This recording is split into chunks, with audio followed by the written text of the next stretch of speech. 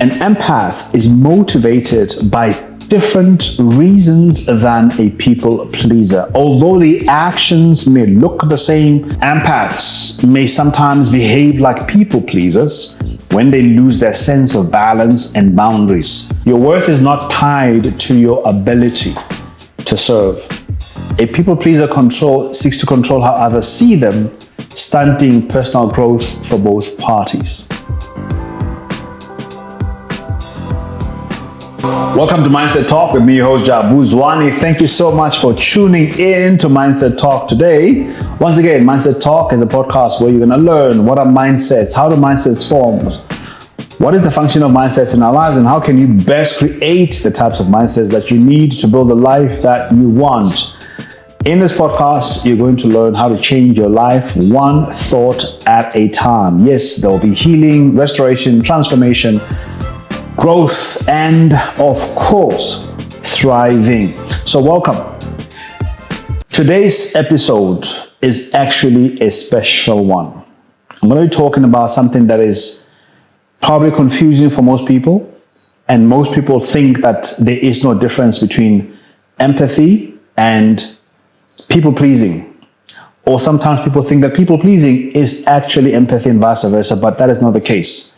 As we're getting ready to get started, a shout out again to Arise Studio. Thank you so much for giving us this platform to share these thoughts with you, the audience. And if you are happy with everything that I've been sharing so far, please remember to press the subscribe button, the notification bell, and make sure that you can be notified of future episodes. And as you're listening through, please feel free to write down your comments. Let me know what's connecting with you. Let me know if there's anything that you'd like me to clarify, so that in the future episodes, perhaps some of your questions can then be addressed. So welcome.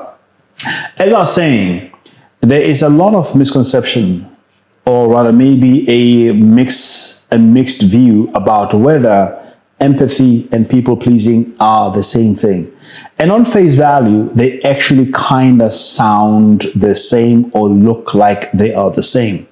But I am of a very strong opinion that they are not. Fundamentally, the biggest difference between people pleasing and empathy is actually motivation. An empath is motivated by different reasons than a people pleaser. Although the actions may look the same from the point of serving, from the point of, looking after people, doing for others, sharing, giving, but they are not the same. And as I'm going through today's series and reading from the book, you'll see the distinct difference between the two. However, I think it's important to note that actually an empath probably has a high probability of becoming a people pleaser than somebody who is antipathic. People who tend to be quite apathetic, narcissists, psychopaths, sociopaths, people who've got antipathic patterns such as being leechers and being extremely selfish and highly manipulative, those people tend not to worry so much about being a people pleaser. What they do want to do, though, is to find a way to get whatever they can get from you without having to work hard for it. On the other hand, a lot of empaths, because of their deep consideration for other people's well-being, are vulnerable to people pleasing, especially if they are insecure. We haven't had a chance to speak about an insecure empath. But an insecure empath, for example, is somebody that has gone through some trauma in their upbringing. Either they were not very well loved, maybe they were rejected, maybe they experienced some kind of pain growing up, and they became insecure, have got low self-esteem, have got low confidence, and as a result, you'd find that to get the validation, to get the acceptance that they want, then they start to please people. They start to serve people. They start to go way out of their way and do extra, do more to get people to like them. But when it comes to empathy and people pleasing, I think it's important for us to make that clear distinction. And with that in mind, let me then go straight into opening the book. Remember, this book, Thriving Healthy Empath, is one of the recent books that I have published, along with the Forgiveness Mindset. It is available through book orders at Jabu Zwane. You can email me at bookorders@jabuzwane.co.za, or you can go to www.jabuzwane.co.za and then contact me via the contact page. Let me know that you want to get the book, and then we can arrange for the book to come through to you. Costs 275 Rand, and your courier is about 100 Rand. So here we go. Let me open it and get to it. The difference between people pleasing and empathy, and that is in chapter 9 in the book. And here it goes. All right, in the book as well, I've got this very long, table that shows the differences between the two to make it simpler for all of us. So at first glance, people pleasing and empathy might look alike. Both seem rooted in care for others, both involve acts of service, and both can lead to individuals to overextend themselves. In fact, empaths may sometimes behave like people pleasers when they lose their sense of balance and boundaries. But when we take a closer look, the distinct difference between the two becomes clear. And understanding this difference is essential for empaths to thrive. Empathy flows out of authentic love and care, while people-pleasing is driven by fear, insecurity, and self-serving motives. An empath serves to uplift others, to honor their humanity, and to share in their journey. A people-pleaser, on the other hand, serves to gain approval, avoid rejection, or secure a personal reward, whether praise, loyalty, or validation. So by exploring these subtle difficulties, these subtle differences, you'll find that there is empathy is a gift, and it is something that to embrace, whereas on the other hand, people-pleasing can be harmful, and it can manifest itself in very harmful ways. And one of the examples that I often think about is how, for example, when it comes to advocating for justice, a lot of empaths, especially your social empaths and your indignant empaths, the social empath is typically these people that see all the pain and all the suffering and struggle in the world and in societies, and they decide, I'm going to do something about it. Perhaps they start a soup kitchen. Perhaps they start a counseling center. Maybe they start some kind of charity to address whatever injustice or a source of suffering that they see society is experiencing.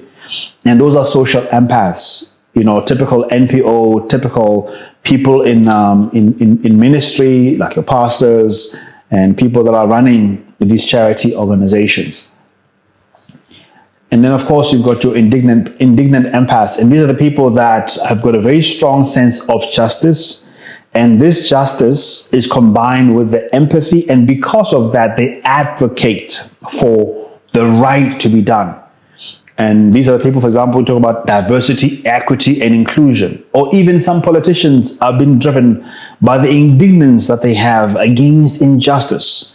A typical empath does not like to see injustice being done, unfairness on other people. And that is because of the value that they placed on human beings. And that is why ultimately that compassion, that empathy that they have within them prompts them to do something about it. Hence you see them eventually then they are going to be running some kind of a charitable organization. Or maybe on a more personal level, you'll find that at a home, similar to what we shared in the last episode about the wounded, pessimistic empath. We can tell from what I'm talking about that Patience in the story is actually a social empath. Why? Because she would take in kids from the society, kids from the community rather, kids from relatives who are poor, and she would lay herself down to help them out. And that's also what altruistic empaths do, who tend to share a lot of what they have with other people. That is money, that is their resources, that is the time. They don't prioritize giving themselves the time, but prioritize giving to other people so that other people may be able to feel well. And when you're listening to everything I'm saying right now, it sounds as though it's people pleasing. And I think antipathic people most of the time would think that, that's people pleasing. I'll never serve people. I'll never put myself lower than anybody else because I'm not beneath anyone else. But an empath understands that actually when I'm serving people, I'm living in the highest form of who I am. That is the highest form of the love that I have for people. That's why I've got to serve, So you never have to convince an empath to do right by a person. On the other hand, a people pleaser is not so much that they're doing right by a person, but that they are doing the right thing to gain whatever it is that they want to gain. So it's a transactional relationship. Which makes me think of the two differences again.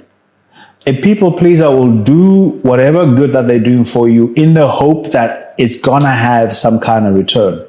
And they may even remind you what they've done.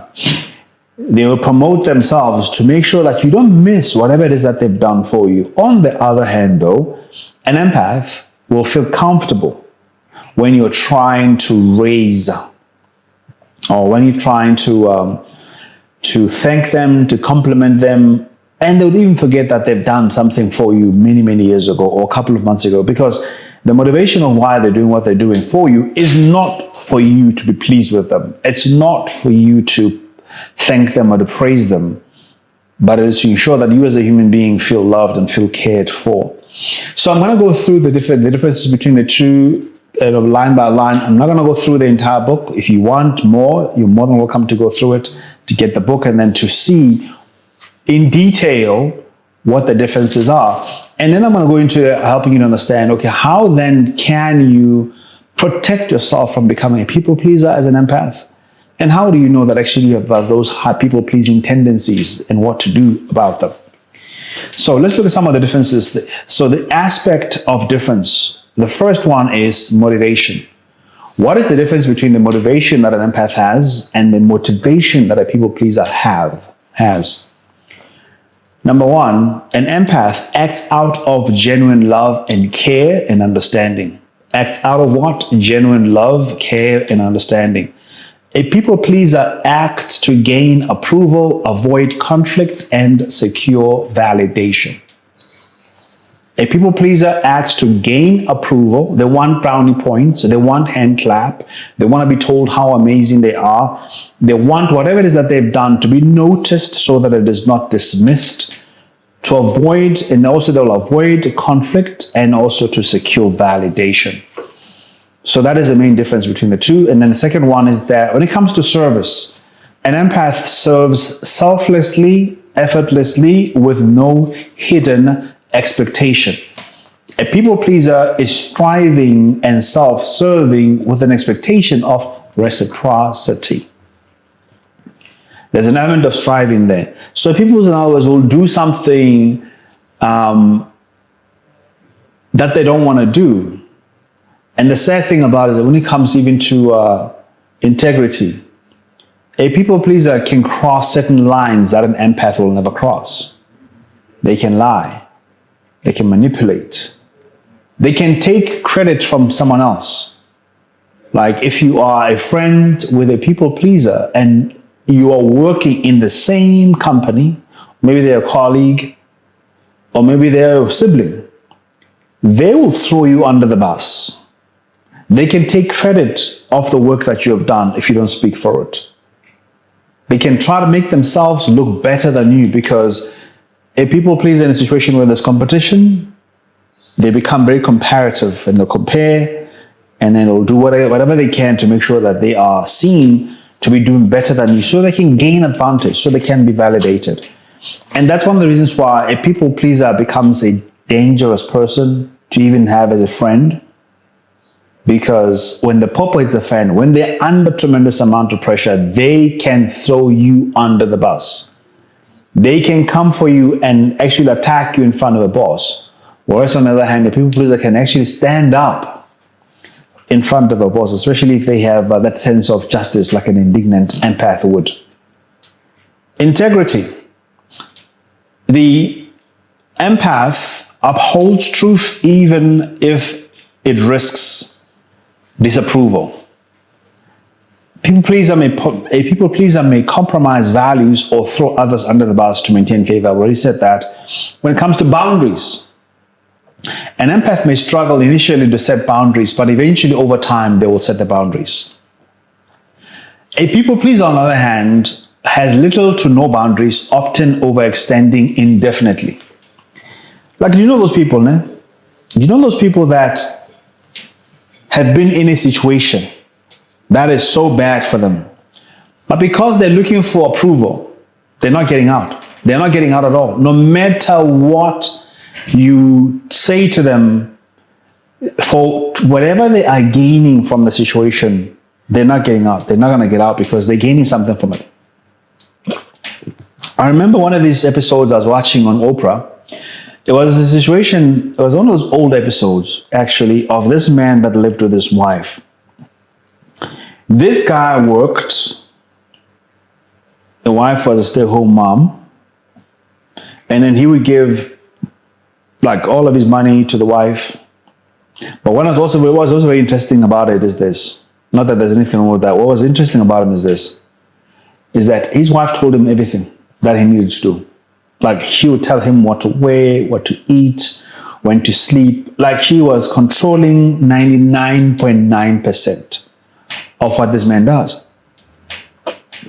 And then they asked him, like, so what is the problem here, man? Do you like this? He's like, well, I don't, but I like what I'm getting.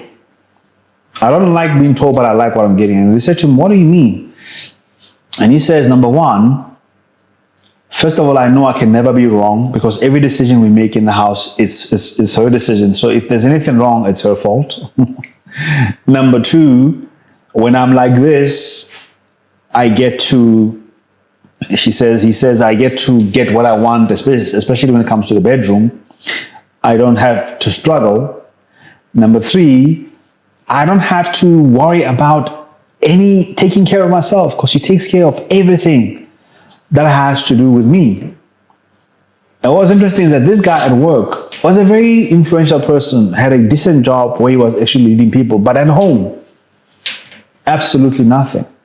And somebody would look on the outside and say to you, but this guy, why is he like this? Why is he allowing this woman to tell him? I mean, she would criticize everything from his teeth, when he has, like, literally when they have put him on a diet, all sorts of things that he didn't like. But then again, he was saying yes and allowing her to do all of that because in the end, he was getting something back. And that is what a people pleaser does, is that a people pleaser is motivated by what they are getting back with their actions. Even though they may not like those actions and be uncomfortable for them, they're not going to necessarily draw a boundary because they want to please others. All right, so looking at the differences some more. All right, regarding compliments, and this is one of the distinct differences. Regarding compliments, an empath will give a genuine thoughtful compliment to uplift others. A people pleaser relies on flattery, often insincere, to gain favor or approval. I mean, the thing that let's say we know that, right? When you're driving and then you park the car and then all of a sudden, hey, bosso, hey, uncle, hey, mlungwam, like, that's people pleasing. That's flattery. When somebody is giving you all of these accolades, they don't know you from above, so they've never met you in their life. But they're saying all of that because they want something from you, right? And that's the difference between a people pleaser and an empath. An empath will give a genuine compliment in terms of the work that you've done, of how you look, and even the kind of person that you are. But all of that is really for you. There's nothing in it for them when they're giving the compliment. Whereas a people pleaser always has a hidden motivation. And you know when they call you and they start giving you praise, you know that that's flattery. You know that that's not genuine. You know that there's something off about that compliment that they're giving you.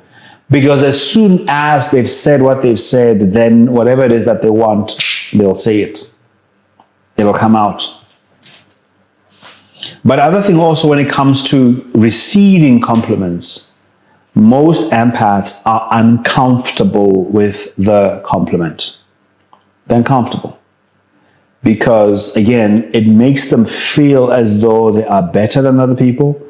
And one of, I think, my observations that one of the human experiences that empaths try to avoid and try to eliminate is where others feel like they are less, where others feel like they're inferior, where others feel like they are unseen.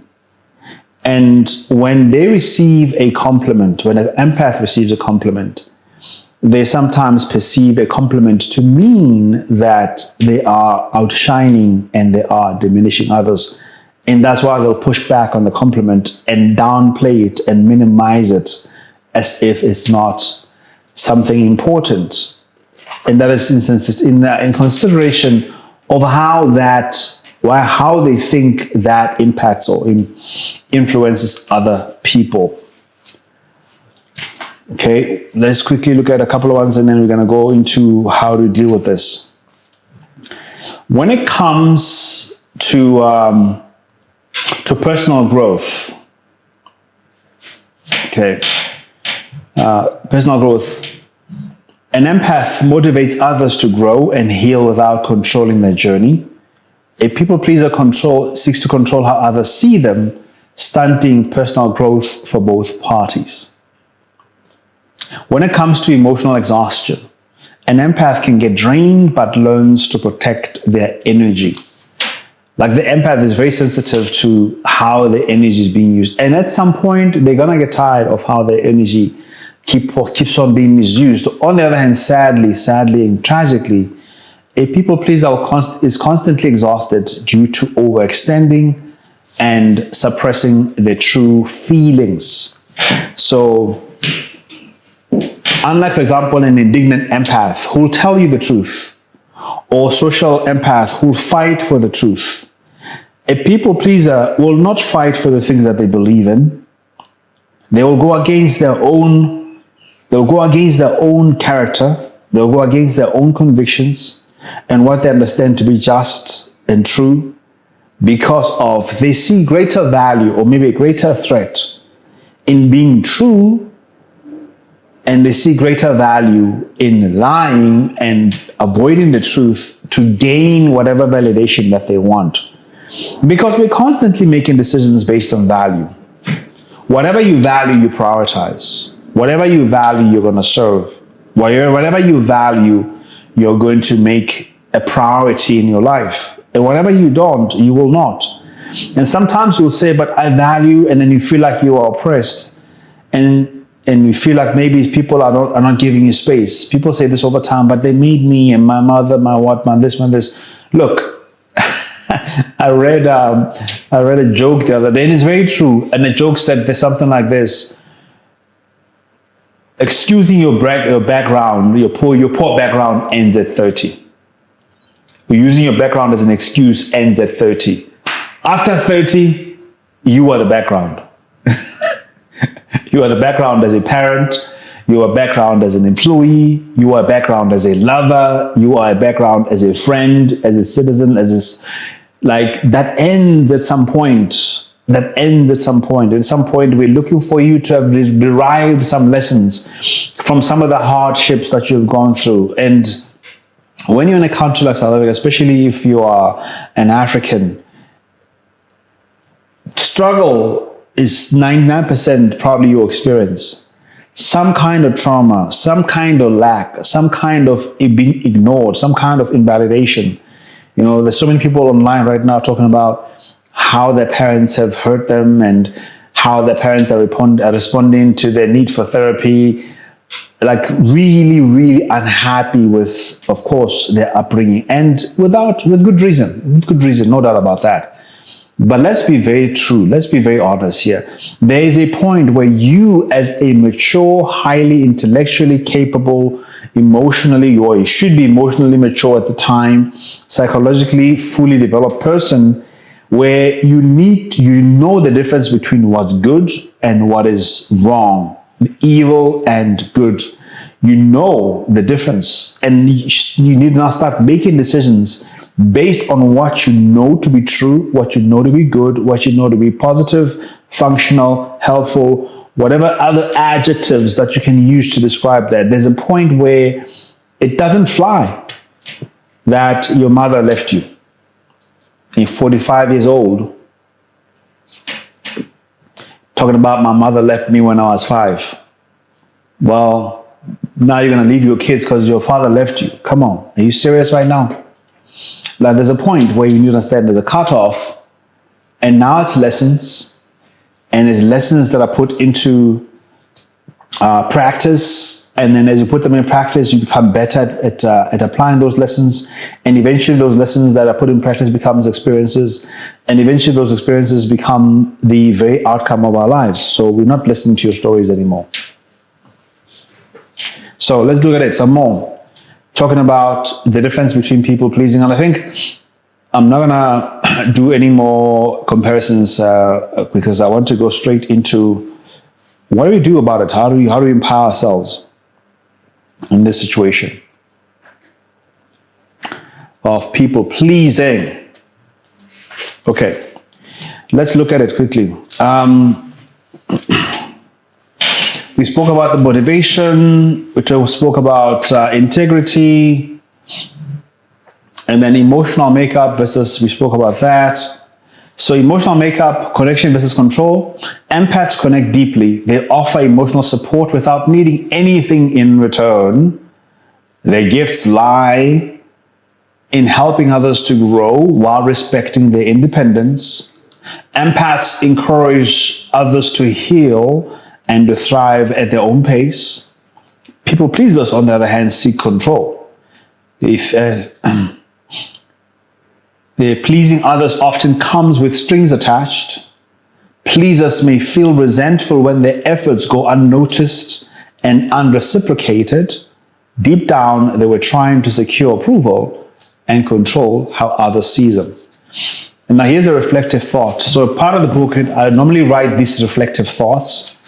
And reflective thoughts is after I've written something about the chapter, I kind of give a simpler version of how I'm processing it myself. Because writing this book was very exhausting. I mean, I found myself very deeply thinking about these intense situations. And at some point myself, I suffered from being a people pleaser. I honestly just wanted so desperately to be liked, so desperately to be thought of in a certain way. And one of the reasons why you end up being people pleasing is that, especially if you've had a traumatic upbringing, you know, in South Africa, we got something called colorism. Of course, people in America also understand that, and even in India, they understand that. Now, colorism is basically, if you know, it has to do with the different shades of lightness and all of that. Now, where I grew up, my grandfather was very light-skinned. Light-skinned, one of those, he had like brown eyes, but with a ring of blue around it.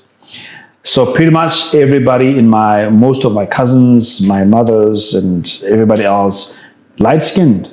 And I happen to be, some people think, you dark-skinned? Yes, in terms of my family, I was dark-skinned. And there would be comments that have been made over there about how dark I am. You know, and this is so true that I was like umutala, meaning that you're the green one. You know, mansupete, which is like the very, very, very dark one. And then, of course, on top of that, being Jabu Zwane, meaning that I'm Umzulu, but I'm growing up amongst Basotho. And amongst my cousins, I happened to be the only one that had also a Zulu last name. So combined with all of that, I found myself not having a place of belonging in my immediate family structure, and constant comments that were being made about the way that I look and my dark shade. And another thing, of course, was the issues with my father. My father had a bit of bipolar, and in our culture, it so happens that, of course, if somebody has mental issues, we have a lot of myths about that. We didn't understand it very well. I think we still don't even today, but back then it was even worse. Witchcraft was being suggested, all sorts of things were being suggested as a cause for why my father was the way he was. And sadly, by association, also then I was viewed as somewhat being cursed. And that then created within me, I think, that strong sense of rejection and then the desire to be accepted. And then that led to a lot of people pleasing. And people pleasing, like literally, I would literally serve throughout my town. I mean, like I would just be serving at my neighbor's place, and I just, like, there were so many things that I used to do. My goodness, it was exhausting. Just trying to be liked, trying to be accepted. And I think that's actually where my passion for English came from.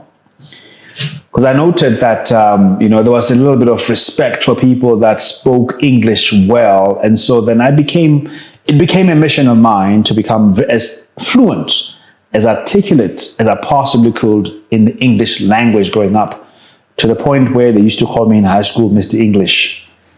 And it was my way of, in a way, gaining some kind of social acceptance, social validation. Thankfully, it has worked out for me that today that same passion was translating into some ka-ching for me. So all things work together for good for those who are in Christ Jesus and are called according to his purpose. That's not my doing, that's God's doing, and I'm grateful for that.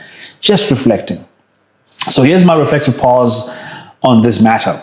There was a time when I could not tell the difference between empathy and people pleasing myself. I gave and gave, not realizing that part of me was afraid of rejection. But real empathy is selfless, genuine, connection that never comes from fear. It flows from love. It flows from love. And that love must include loving yourself too.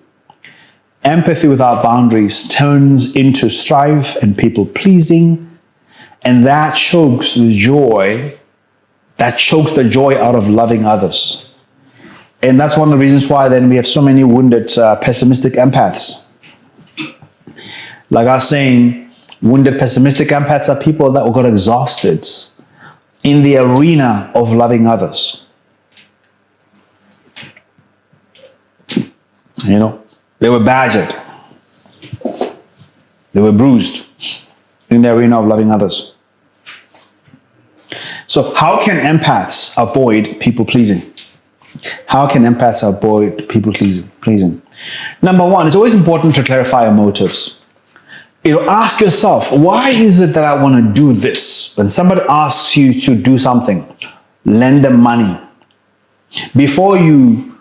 When they borrow that money from you, before you lend that money out to them, ask yourself this question. Why am I doing this? Is it genuinely out of wanting to help somebody? Or do I have some kind of a strong sense that if I don't do it, they're not going to like me, they're going to think I'm a bad person, it's going to somehow put a strain on our relationship.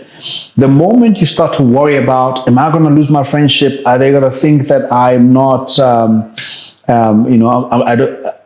don't love them, I don't care for them? You start borrowing towards people pleasing. Versus, do I really have the capacity to help this person? Yes, it is true that I want to help them, but do I have enough money? Do I have enough time? Do I have enough energy? It can be emotional energy to do this, to go out partying, to go out and accompany them to this event, to whatever it is that they're asking you to do. Sometimes it's something as hard as help me with this job, like here's extra bit of work that I can't get to, but because somebody knows that you have difficulty saying no, they come and they dump this massive amount of work. They say, listen, nobody can do this better than you. You're amazing at this. And I think that if you get it done, then you are the person, so here's the work. And then the person walks out the door and they go spend time with their family, or they go spend time and do their own thing while you're stuck with a pile of work that they're supposed to do. But because they know that you got difficulty saying no, they left it with you. And because of, why did you have difficulty saying no? Was it because you were afraid they're not going to like you? They're not going to think you're cool anymore? Or that you were worried that they're not going to think that you are a kind, helpful person?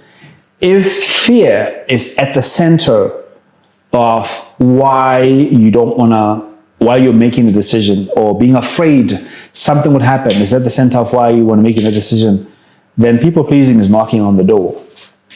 Probably has walked in already. All right, learn to say no. Practice saying no without guilt. Remember, in cases where you are unsure about saying no, this is one of the ways I encourage people to do, is that you must pause your yes. Take time to reflect on what is best, what the best answer should be. Your worth is not tied to your ability to serve. Your worth is not tied to your ability to serve. Yes, it is important, but it's not about, you don't diminish in value if you're not able to serve. All right? And be honest with yourself. Are you giving freely, or are you hoping for validation? True service does not require an applause. True service does not require an applause. You know, I remember in some of the early days when I started off as a pastor. You know, a young pastor, every now and then you get called out to come and preach, and then eventually I started my first church in 2007. There was always this thing, man. There was always this thing after every service, every sermon that I preached, where you almost are searching out, how are people, you know, how do they like the message? Do they think that you were amazing? And you almost want to curate back to them what they're supposed to say so that you can feel validated. Something as genuine as that, something as sacred and as important as getting onto the pulpit, if you don't deal with the people-pleasing, for me, in my case, I wasn't dealing with my people-pleasing tendencies. I found myself so enslaved to wanting to get feedback, positive feedback from people. And oh my goodness, God forbid if there was negative feedback, because that would completely almost destroy my ego. It would destroy my ego in so many different ways. The fourth thing is that value sincerity over approval. Choose authenticity over being liked. Speak truth with love, and give genuine compliments instead of empty flattery.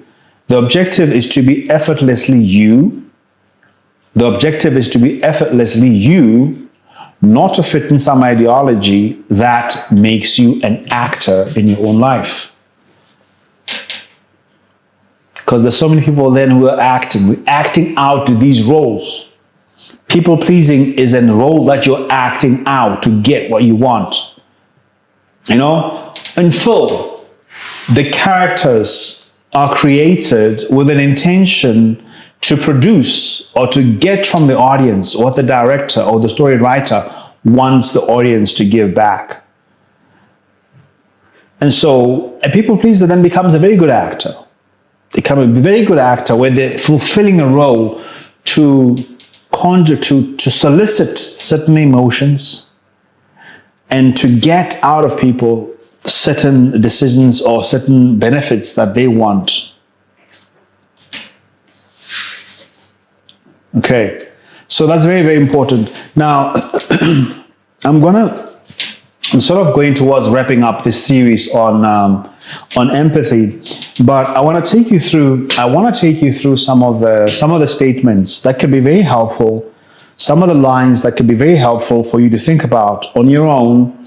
And as you're processing these series that we have done, and maybe you're feeling a bit overwhelmed, maybe you're feeling a little bit unsure in terms of what needs to be done. So I've written out a couple of things that I would like for you to think about, and we think about them together. And perhaps you can write them down, you can write them down as a reminder of some sort in terms of how you can become a healthy, thriving empath or thriving, healthy empath, so that you don't continue to be taken advantage of, living a lesser life than you want. You know what, maybe before I do that, let me do something that I wasn't planning to do. I want to quickly talk about, especially when it comes to people pleasing and what I just said now. Let me do this. This is one of the benefits of, or one of the habits that I have from being a pastor for so many years. I want to quickly talk about then why it is that empaths don't reach their potential. I'm not going to be too long, but I think it can be very, very helpful for us, especially combining that with people pleasing. I think it can be very, very helpful. Let's look at why empaths don't reach their potential.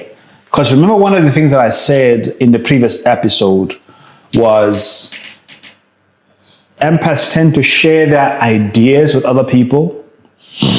Excuse me. But because they want to stand out, they also want to share their glory with other people.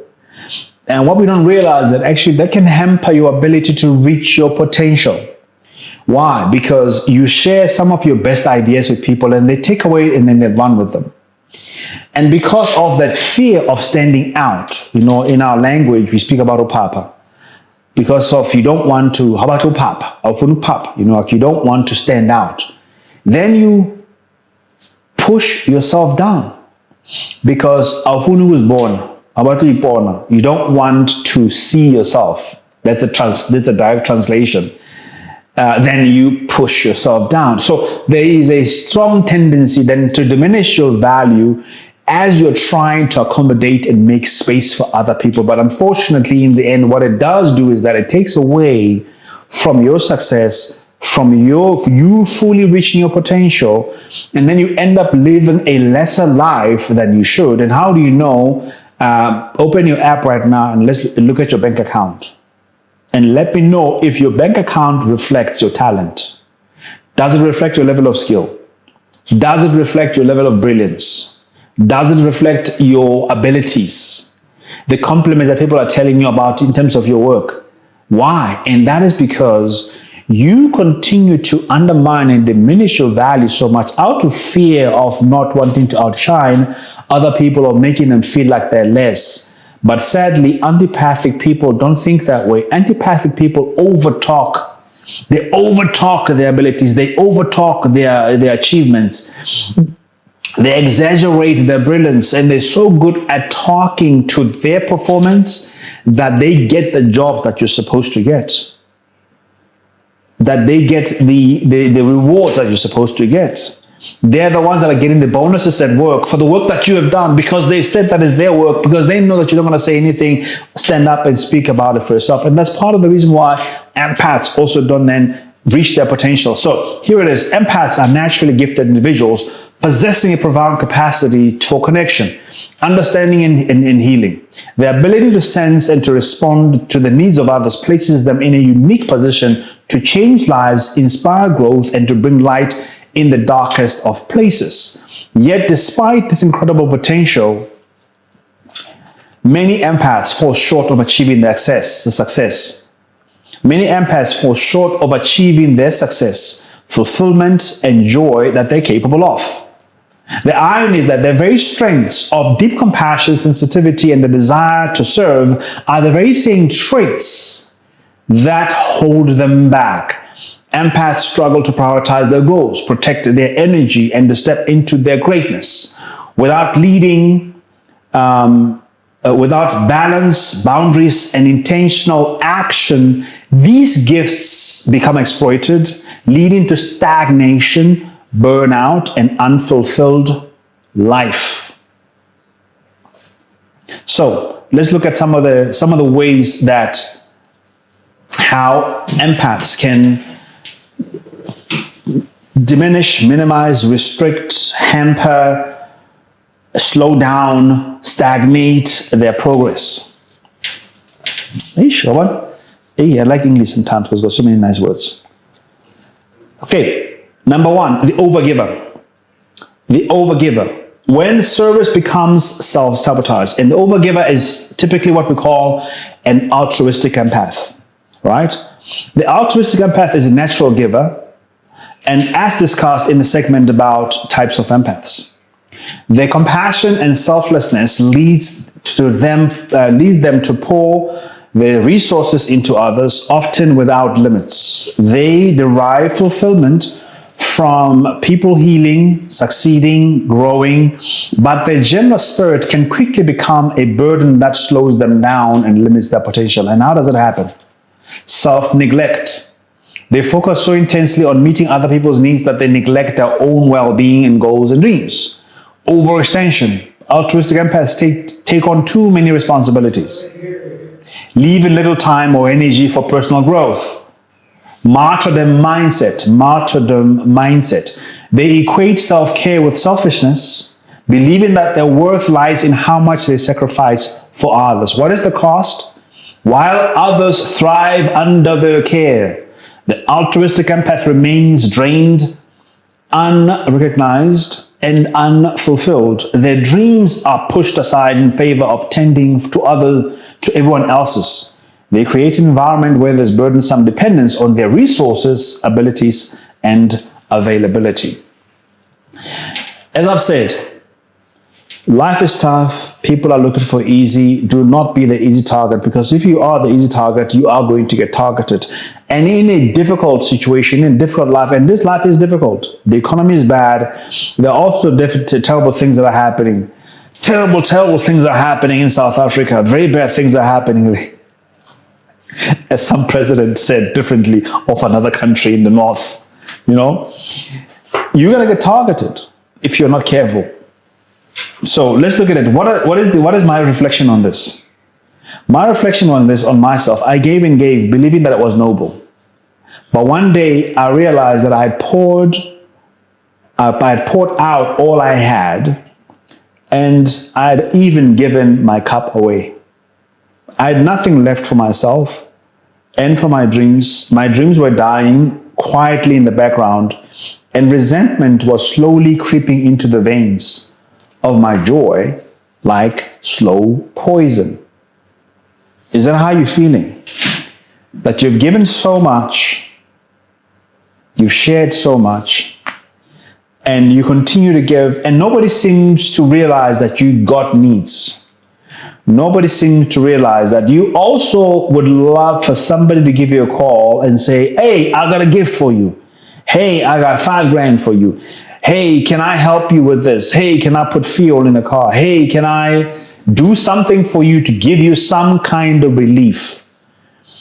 And that is partly because, you have presented yourself as a hero, as the one that supports and helps others.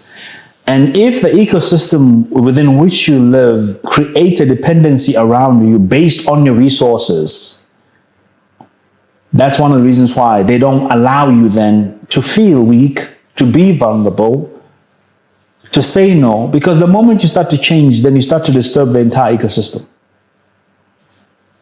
But for your own sake, you need to. Okay? And then there's the emotional overload.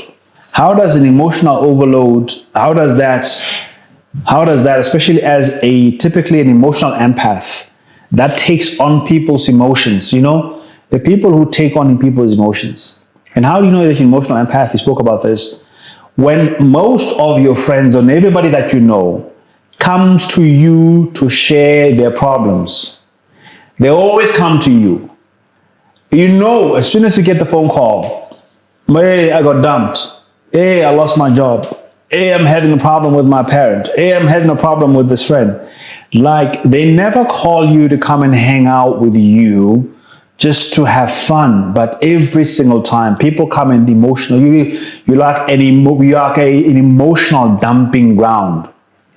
That's where people come do. They come and emotionally dump on you, and then they leave all those emotions with you when they leave, or you are left with all the emotions when they leave. And now you're worried. Now your mood has changed. Now your life, you feel like it's so unfair. And you're carrying all of these thoughts of injustice, of pain, of struggle, of unfairness in your mind, in your body, in your system. And that's one of the reasons why you become so cynical. That's one of the reasons why you become so hopeless. And this impacts your ability then to operate in your optimal energy, in your best. It hampers your ability to reach your potential. Because you possess this unparalleled ability to feel and understand emotions, especially emotional empaths, you absorb pain, joy, and struggles like sponges. often experiencing these emotions as if they were your own. While this creates powerful connection, it can also overwhelm you and paralyze you. So, what is the cost of that? Emotional overload becomes a barrier to progress. Instead of moving forward toward your purpose, you get stuck in a cycle of emotional exhaustion, unable to separate your journey of struggle from other people's journey who are around you.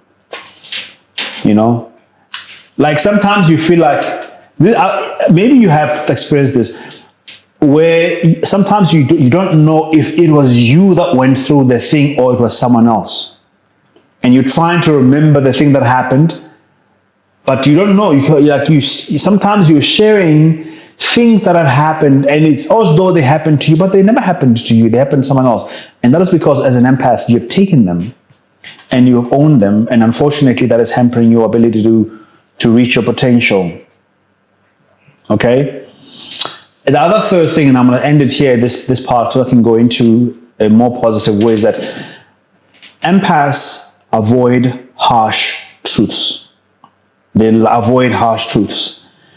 Empaths have a lot of blind spots because they avoid harsh, especially optimistic, emotional empaths. Empaths are natural optimists who come to life through encouraging others. They see the good in people, in situations and life, often finding light where others see darkness. They not only find the silver lining in the cloud, they actually draw the silver lining. While their positivity is uplifting, it can also blind them to uncomfortable truths that they need to face. In fact, they intentionally avoid hearing about anything negative and quickly dismiss it or put a positive spin to it. What holds you back? That ignoring that toxicity. Another thing is toxic positivity, where optimistic empaths downplay challenges, choosing rather to focus on the good and all the positive mantras at the expense of the danger that is lurking about in some of the horrible things that they should be seeing. Avoiding hard conversations and hoping that they're going to go away. Like there's this thing where they're hoping that somebody's either going to change or the situation is going to just dissipate on its own and they would never have to confront. And then of course, the grief and the sorrow and the torment that they feel when they think about, why can't this person just change?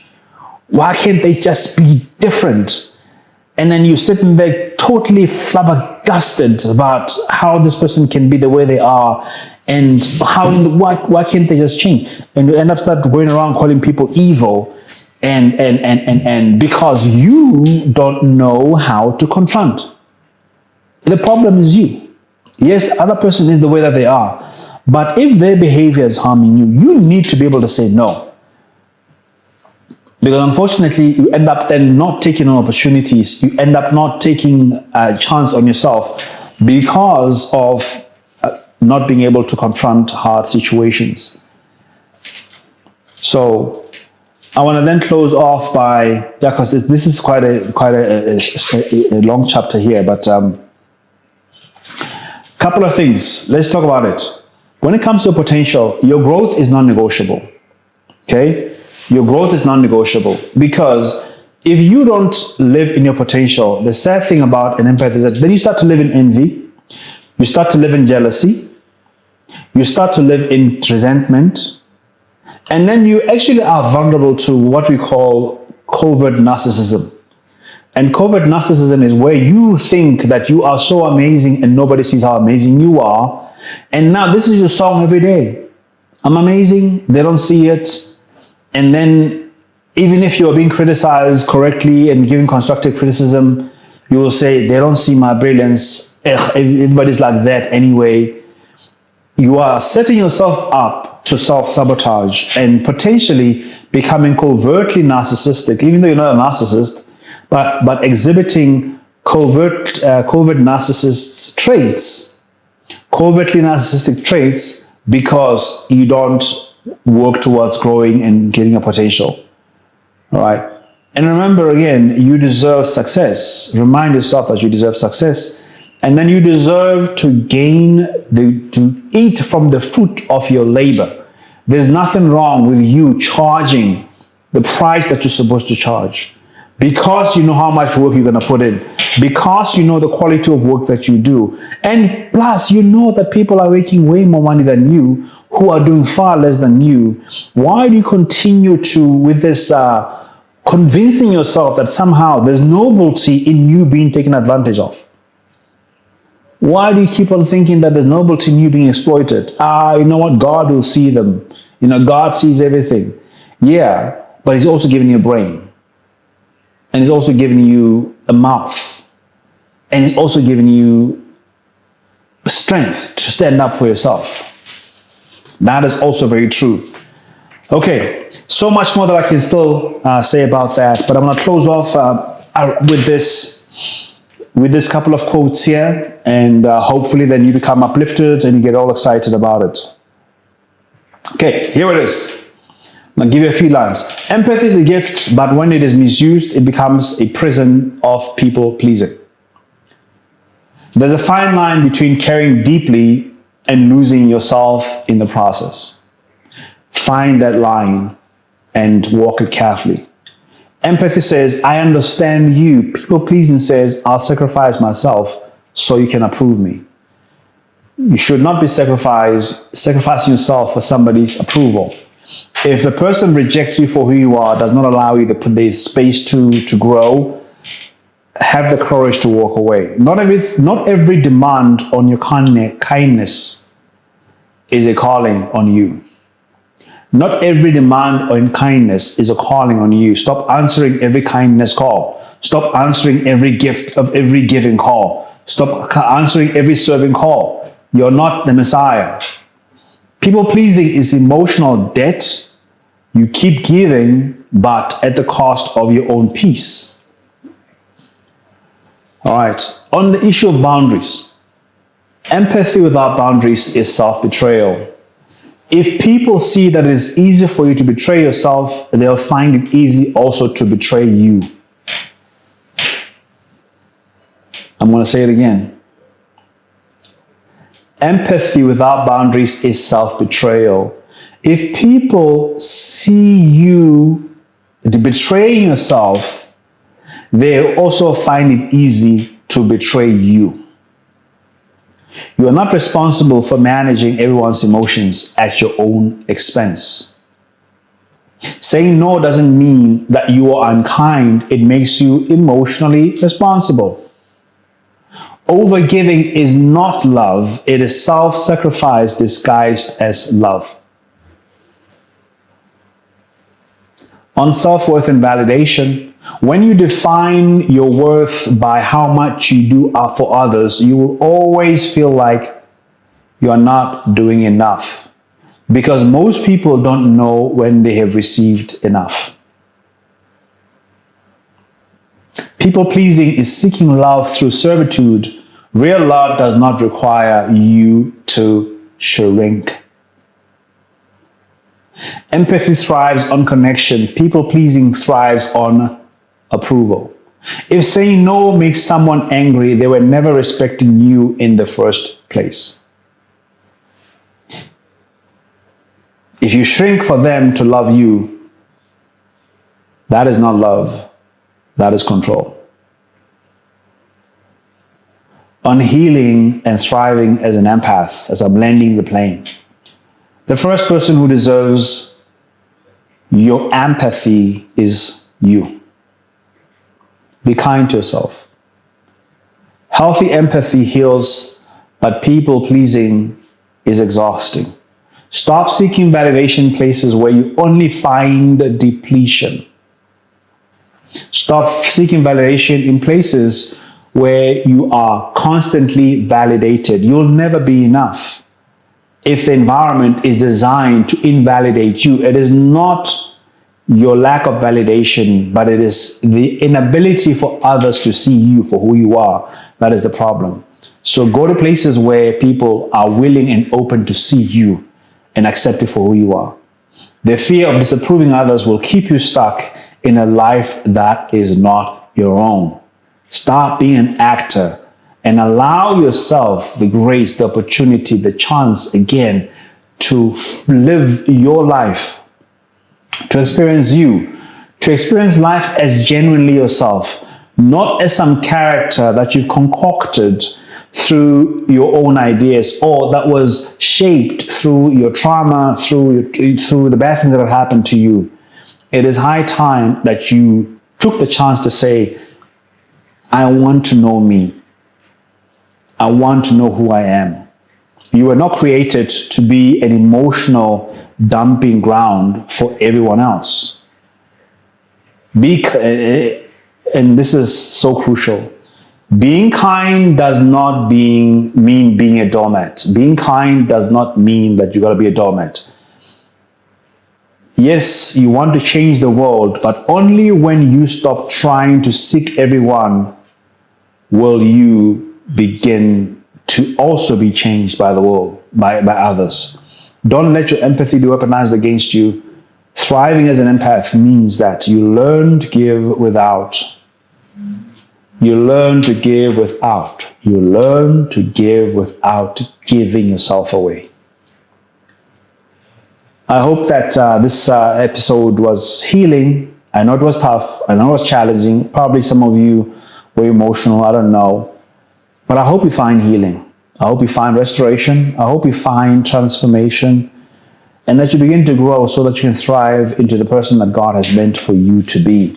That is my prayer for you.